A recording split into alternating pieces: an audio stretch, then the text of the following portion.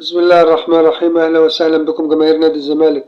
فيديو النهاردة فيديو عن موعد مباراة الزمالك القادمة وبيراميدز في نهائي كأس مصر والقنوات الناقلة.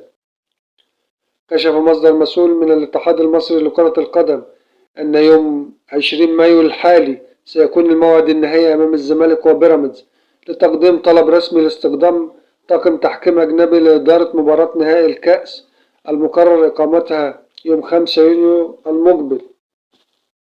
أوضح المصدر أن الاتحاد حتى الآن لم يتلقى أي طلب رسمي من الزمالك وبيراميدز بخصوص تعيين طاقم تحكيم أجنبي، مشيرا إلى وجود توجه قوي داخل الاتحاد لإسناد المباراة إلى طاقم تحكيم مصري في حال عدم تلقي طلبات رسمية قبل الموعد المحدد. ويترقب اتحاد الكرة موقف الناديين من مسألة التحكيم في ظل حرصه على توفير مناخ عادل يضمن خروج المباراة بصورة تليق بأهم بطولات الموسم، خاصة أن المواجهات تحمل طابع جماهيري وتنافسي كبير بين الفريقين. موعد مباراة الزمالك وبيراميدز في نهائي كأس مصر. مباراة نهائي كأس مصر بين الزمالك وبيراميدز تقام يوم 5 يونيو المقبل في الساعة 8 مساء باستاد القاهرة الدولي. ويخوض بيراميدز مباراة الذهاب دوري أبطال أفريقيا ضد صن داونز يوم 24 مايو الجاري. وتأتي هذه المواجهة المنتظرة في ظل ترقب جماهيري كبير، حيث يسعى الزمالك للتتويج باللقب جديد، بينما يأمل بيراميدز في حصد ثاني بطولات لكأس مصر في تاريخه. ويسعى الزمالك للحفاظ على آماله بعدم الخروج من موسم خالي الوفاض بعد وداع بطولتي الكونفدرالية الإفريقية وكأس الرابطة المحلية وابتعاده عن المنافسة على درع الدوري المصري الممتاز.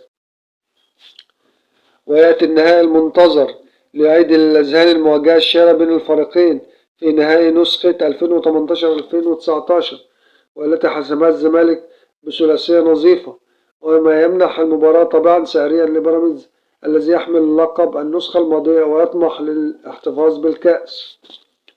طريق الزمالك وبيراميدز لنهائي كأس مصر. بلغ الزمالك النهائي بعد سلسلة انتصارات حاسمة بدأ بالفوز على بوكير الأسمدة 2-0، ثم التفوق على مودرن سبورت 2-1 وتخطي سموحة 4-2 قبل أن يحسم مواجهة سيراميكا كليوباترا في نصف النهائي 2-1. ويحمل الفارس الأبيض الرقم القياسي في التتويج بلقب الكأس برصيد 28 لقب، ويأمل في إضافة اللقب 29 إلى خزائنه. أما بيراميدز الذي يسعى لتأكيد هيمنته على البطولة فقد بدأ مشواره بانتصار كبير على المنصورة 3-0 إلى فوز على المقاولون العرب 2-0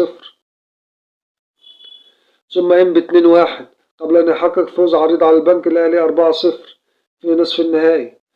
القنوات الناقلة لمباراة الزمالك وبيراميدز.